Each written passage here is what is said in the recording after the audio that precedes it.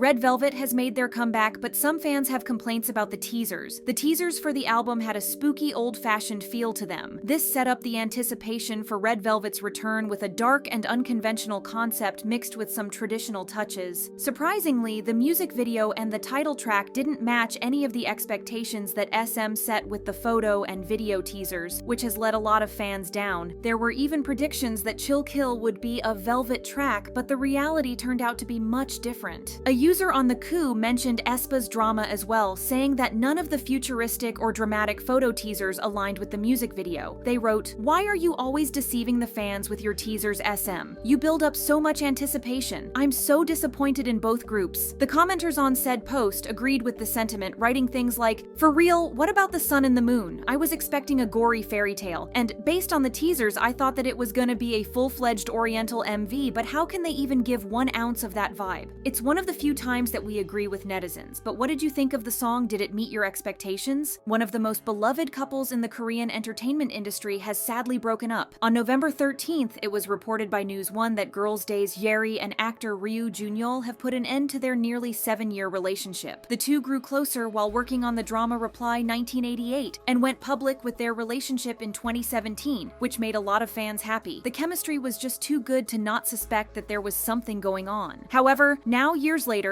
the former couple have decided to remain as friends while still supporting each other. Both of their representative agencies confirmed the breakup, which marks a bittersweet end to otherwise an iconic and very sweet relationship. Although it's sad to hear about their split, we believe they chose what's best for them, so we sincerely hope for their happiness and success in the future. The KOO has been bubbling with rumors that NCT's Jano is dating a musical actress. However, these are not even rumors, just a user posting something vague without providing proof and netizens playing a guessing game in the comments, convinced that they're right. The post in question said, "The fans are still sucking up to him thinking he's so innocent and cute, but after he leaves work, he would get off from another van and go to his girlfriend's house. If fans learn about this, they'll faint." While some users in the comments talked about Jano even bringing up rumors about other members, other netizens called out the rumors for what they were, a whole bunch of nothing. They commented, "You should at least post some proof to claim that they are dating. You trolls are even lower than egg accounts on Twitter. It's ridiculous how easily these rumors can start, and it's even more ridiculous that people care so much about it. Getting a job or a hobby would be much healthier." In other news, G-Dragon has opened up about the recent accusations against him, even calling out the false rumors that were spread about him. On November 13th, Yonhap News TV's News Prime aired an exclusive interview with G-Dragon, who said that he just wanted to show the public that he was innocent and tell the truth about everything. He once again denied ever using substances, and when asked about the test results, he expressed that he expected them to be negative. Regarding his visit to the police station, he explained that he attended voluntarily because he was sure of his innocence and wanted to prove so. There were questions about criticism regarding his behavior during police questioning. G-Dragon explained that his behavior might have seemed odd due to his lack of experience and nervousness as a regular person, but stressed that it didn't reflect his actual intentions. He also shared worries about harmful articles that mocked or labeled his behavior as mannerless during the investigation. He expressed concern that these misunderstandings might have made things difficult for the police officers, hoping that people wouldn't get the wrong idea. As for the rumors that he had shaved his body before going to the police, he denied everything by saying that he had been working with the police by voluntarily submitting his hair, fingernails, and toenails for examination, even though he was never asked to. Surprisingly for the viewers, G-Dragon also addressed the suspicions that his behavior, movements, and way of speaking were because of substance use. He said he was a bit more flexible than the average person considering that he's been in the industry a long time, and explained that he spoke more slowly as he took the time to think about what he was saying. G-Dragon expressed that he genuinely tries to answer all questions sincerely and responsibly, whether in the media or elsewhere, but it's overall sad that he ended up in this situation at all. To have people accuse you of things out of the blue and then try to link everything about you to those accusations must be exhausting. Spending so much time proving your innocence must be just as tiring, so we really hope that he's okay. Dispatch has released a new report that gives us an insight into the relationship between the former 50-50 members and Keena. The report discussed Keena and the members' lawsuit and how each of them approached the situation. In a message sent on September 4th, Keena seems worried about the whole thing, revealing how the members had little say in decisions, often guided by adults and told not to negotiate with Attrakt. Keena thought that starting talks with Attrakt earlier might have helped because while they wanted to support K-pop idols and shed a light on their struggles, she wondered if their fight against industry norms, which had been in place ever since its creation, was effective. perspective. The text hinted at disagreements among members because it turns out that they hadn't met to talk about their legal battle even once. Keena wanted to join negotiations, respecting different opinions within the group, but the other members had no inclination to do so. Dispatch reports that Keena doubted An Sung-il and the group's lawyers, feeling they ignored the members' wishes and kept them out of the process, despite the fact that the lawsuit revolved around them. In the end, Keena talks about her relationship with her former fellow members, saying, "We've been together since we were trainees, and we've built up a lot of affection for each other, and we were really good friends. I feel bad that we can't continue together until the end." While some people are praising Keena for getting out, there's also a lot of newfound sympathy for the other members, as it seems like the situation was out of their control as their parents did everything for them. The fact that Keena still talks kindly about them says that she holds no resentment towards them, just feels sorry that their parents put them in this situation and position where their futures in the industry are forever ruined. Now let's talk about a recent rumor about Jennie reportedly purchasing a very expensive apartment. This rumor has it that Jennie bought a Leh Terrace villa at the famous UN Village neighborhood in Seoul for a hefty $3.8 million.